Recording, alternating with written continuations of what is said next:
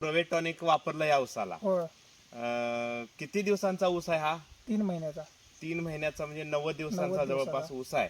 बर, आतापर्यंत किती आळवण्या किंवा फवारणी घेतल्या? 2 आळवण्या केल्या. 2 आळवण्या केलेल्या आहेत आतापर्यंत. बर, मग त्या आळवण्या करताना किती दिवसाचा गॅप टाकलासा काय? 40-45 दिवसाचा. 40-45 दिवसाचा गॅप टाकलासा. हो. बर, मग आता ऊसाच्या जरासं बद्दल माहिती सांगा, त्याचे काय तुमचे अनुभव आहेत ते. आळवणी केल्यानंतर फुटवा जास्त लागला. फुटवा जास्त लागला. हो. बर, फुटवा लागला आणि काळा पण ऊस. ऊसाचा रंग काळा हो, आहे. आणि बर, पाती हिरव्यागार चांगल्या राहिल्या. सगळ्या पाती हिरव्यागार आहेत. हो, बर हो. बर बर. पूर्ण म्हणजे पूर्णच हिरव्या राहिल्या हा. सुरुवातीपासून. आणि भरतावी पण एवढा फुटवा लागला की मग असं मोडलेलं बांधून न्यायला लागल्या पेंड्या. हा हा हा. किती एवढा पेंड्या फुटवा मोडल्या तशा म्हणजे? बर, तरी काय एवढ्यात 7-8 पेंड्या मोडल्या. 7-8 पेंड्या म्हणजे इतका त्याचा फुटवा भरपूर फुटवा होता, भरपूर. दाटपणा आला आणि 7-8 पेंड्या ऊस आणि मोडला. पूर्ण दगडाचं शेत आहे. अच्छा, दगडाचं शेत आहे.